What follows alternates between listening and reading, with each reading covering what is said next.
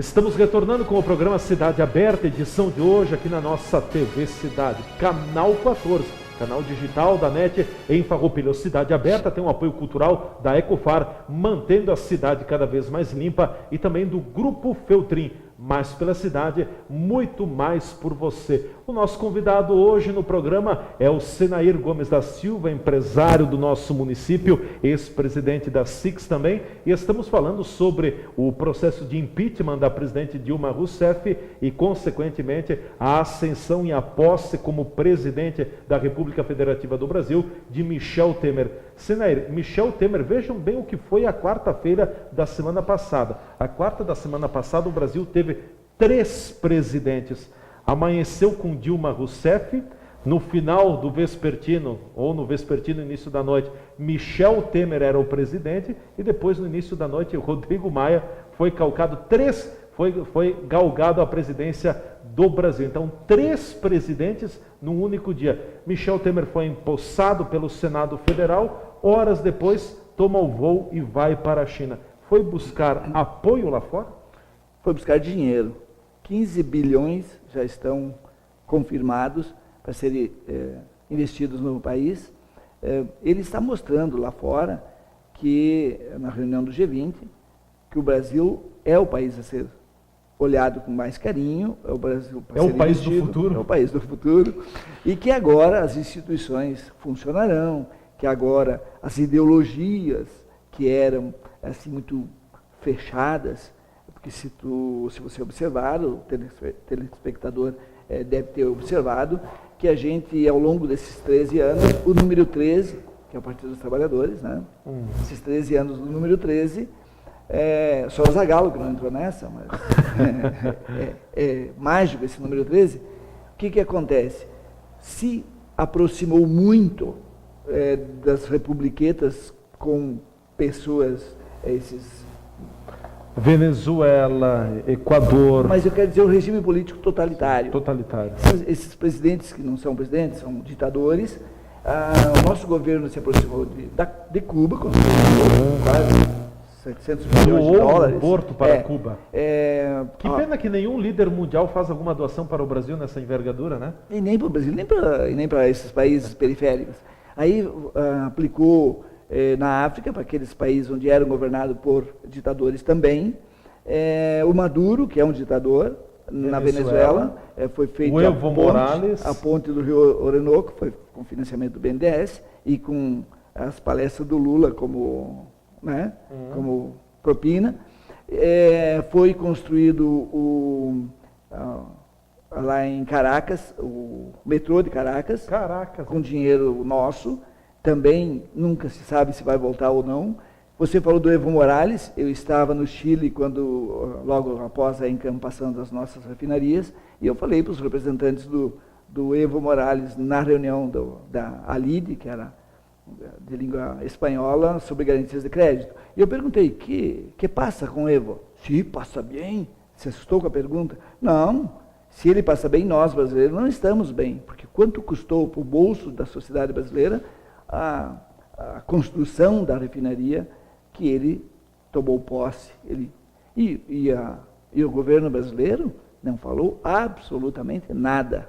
Era para recorrer a cortes internacionais, era para nós estar brigando até hoje, até que devolvesse o que é nosso. Não, o governo brasileiro simplesmente por ideologia, e eu acho que foi combinado.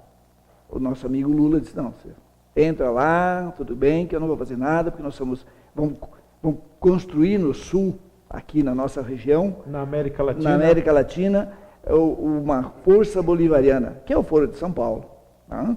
Então, essas coisas, eu não sei porquê, eu fico intrigado, como a imprensa não explora isso, como os nossos senadores, o nosso Congresso, porque eles estão lá pagos, e muito bem pagos por nós, porque nós, sociedades, gastamos muito com essa gente, e essas coisas acontecem, um dá um discurso aqui, outro dá um discurso ali, e as coisas continuam desse jeito. Mas o Brasil, o governo de Temer, chega uma semana e praticamente em rota de colisão com metade da América Latina.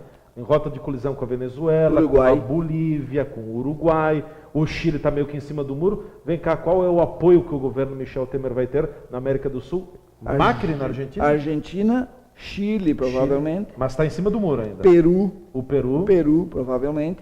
E ali, para a América Central, não conta com ninguém. Sim. São todos alinhados com os bolivarianos. Mas eu te digo assim, os bolivarianos... Estados Unidos deverá dar um apoio. Ok, não, Canadá, aí é tranquilo. México. Não, aí é tranquilo. Eu te diria que os bolivarianos estão fazendo água. Porque qual era o símbolo maior do bolivarianismo? A Venezuela.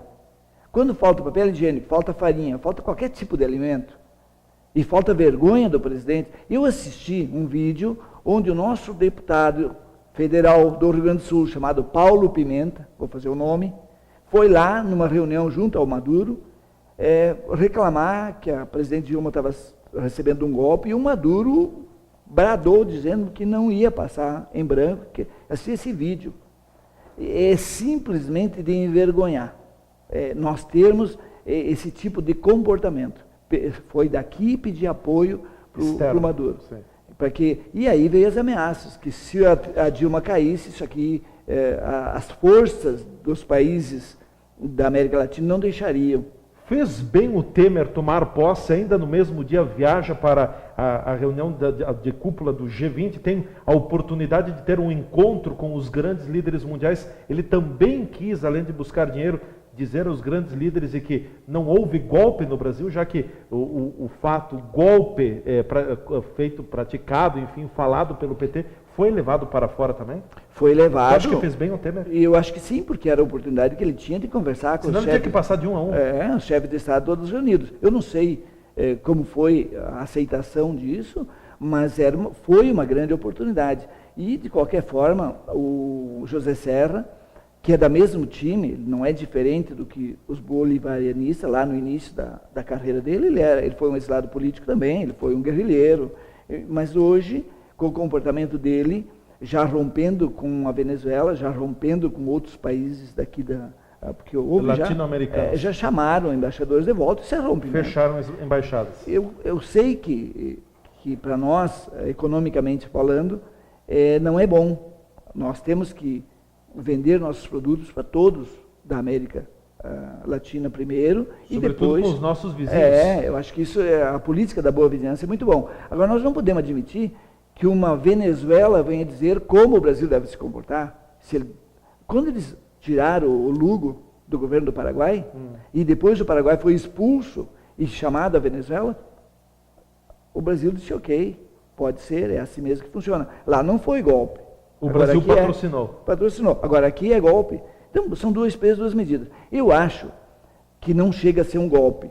Agora, ela pagou pelo conjunto da obra, como muitas vezes foi falado. E os movimentos? Não só pelos crimes, não. Já, muita gente já fez esses crimes aí, não foi só isso. Os movimentos de rua, esses movimentos tomando ruas pelo Brasil afora, Avenida Paulista, ainda no ano passado, alguma coisa nesse ano também, pesaram nessa decisão política que foi tomada?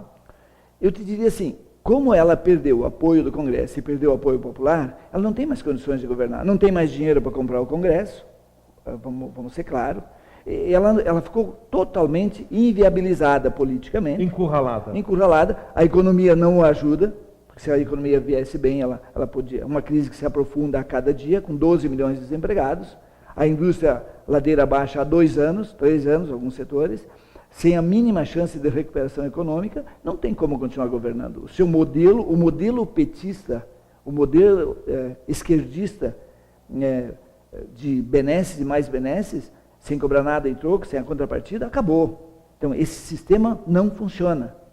E a gente vinha denunciando isso há algum tempo. Em 2013, eu lembro bem, que eu tive a oportunidade de falar em diversos fóruns, dizendo que esse modelo se exauriu, não tem mais reservas para que tu possa bancar tudo isso. Ele não se sustenta mais. Não sustenta mais. Temos que inventar uma outra coisa. Então, isso vai demorar bastante, essa recuperação econômica, mas, de qualquer maneira, já se percebe alguns setores da economia com uma... pequena luz no fim do túnel. Eu te diria que o setor da alimentação, por exemplo, a indústria alimentícia já é o segundo trimestre que movimenta com mais rapidez. A indústria metalúrgica vai demorar um pouco mais, porque é um setor que demora mesmo por natureza. Se há investimento público, há já um volume maior.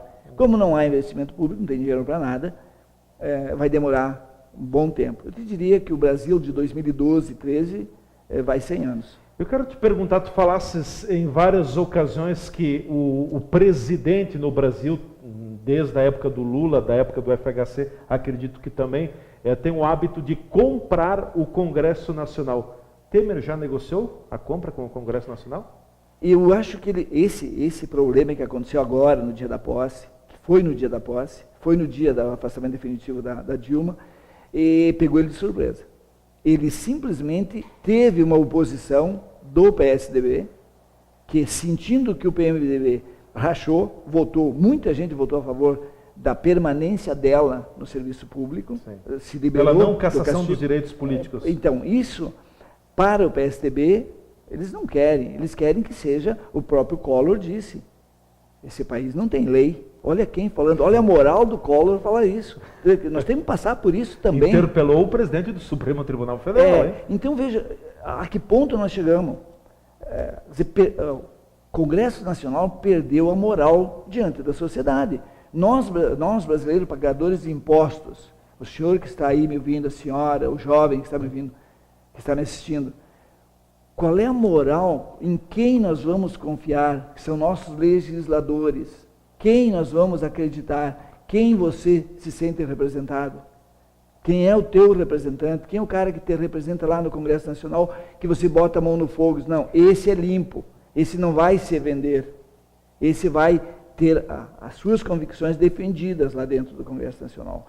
Foi a prova, e agora o Congresso foi visto por dentro, tanto na Câmara, lembram dos discursos dos deputados, e agora o Senado.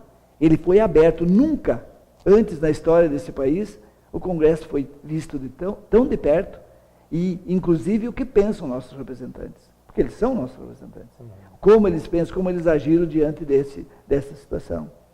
Então agora nós temos condições de fazer uma avaliação, quem é quem dentro do... Vamos pegar a lista dos senadores, a lista dos deputados. E vamos, esse aqui não me serve, esse aqui não me serve. Esta depuração teria que acontecer. Eu não importa se ele é senador gaúcho, se ele é deputado gaúcho.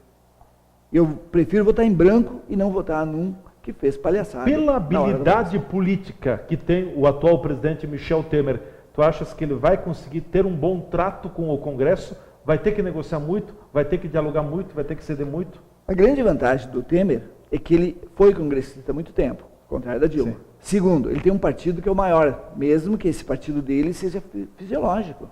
O PMDB é muito fisiológico, todo mundo sabe. Então, ele distribui cargos para o PMDB, está tudo bem. Se ele não distribuir, eles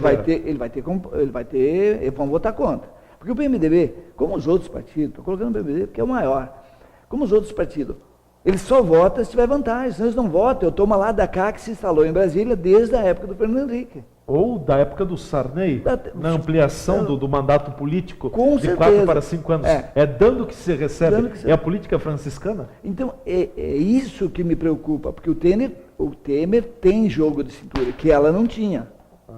Ele tem um partido que nem o partido dela não foi tão unido, em função, porque o partido da Dilma, ela não era petista, ela era do PDT antes. Então, ela não tem raiz dentro do PDT. E como o PDT tem 5 correntes, 5 partidos dentro do PT. Ele tem 5, 6 correntes. E cada um puxa a brasa para o seu assado. E ela entrou nesse ninho de cobras aí, totalmente desprotegida e desprevenida. Ela só tinha o Lula do lado dela. E o Lula não conseguiu, em certos momentos, unir nem o PT. Ele conseguiu unir o PMDB quando criou o Mensalão. Aí uniu. O PMDB no Mensalão saiu unido. E o PP também. Porque todo mundo levava vantagem. Ele abasteceu todo mundo. Fala com o Marcos Valério que ele te conta.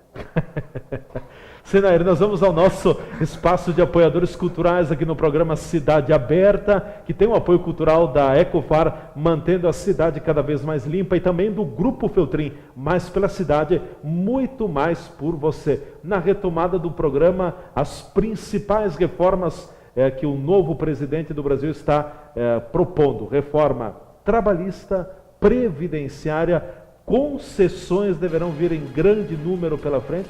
É preciso tudo isso para salvar o Brasil? É o assunto que a gente trata em seguida com Senair Gomes da Silva.